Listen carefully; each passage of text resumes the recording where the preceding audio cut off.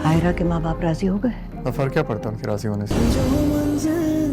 एक वक्त था वो लड़की मेरी जिंदगी थी और उसने वक्त बदल दिया। मैं चाहता हूँ वो देखे ये जो मेरी जिंदगी को जहन्नुम बना है ना, वो देखे अपनी आंखों से खुद।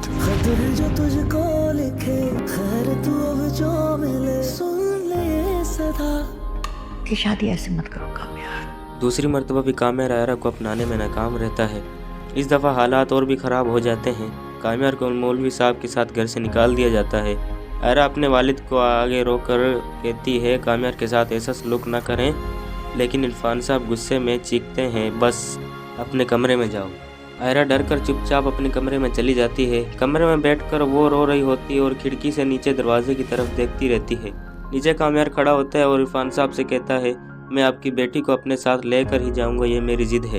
इरफान साहब अपनी बेगम की तरफ देखकर कहते हैं, आयरा की तैयारी करो, मैं आज ही इसका ऑस्ट्रेलिया का वीज़ा लगवाता हूँ, आज रात ही यहाँ से चली जाएगी। अगर यहाँ रही तो काम्यार इसका पीछा नहीं छोड़ेगा और ना ही इसकी शादी होने देगा।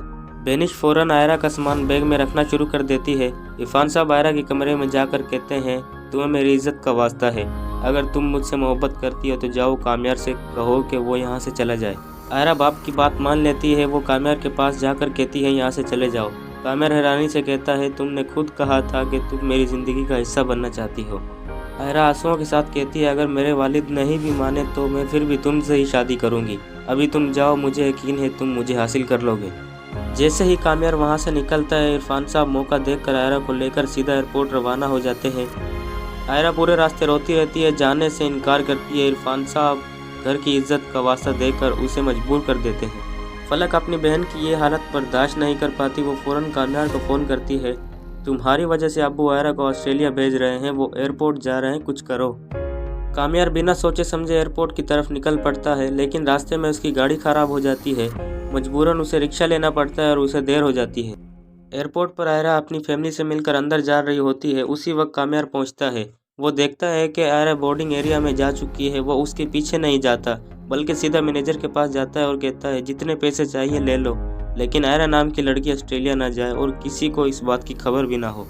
बोर्डिंग के वक्त आयरा को रोका जाता है। उस पर एक्स्ट्रा सामान का इल्ज़ाम लगाकर उसे सिक्योरिटी रूम में लेकर जाते हैं।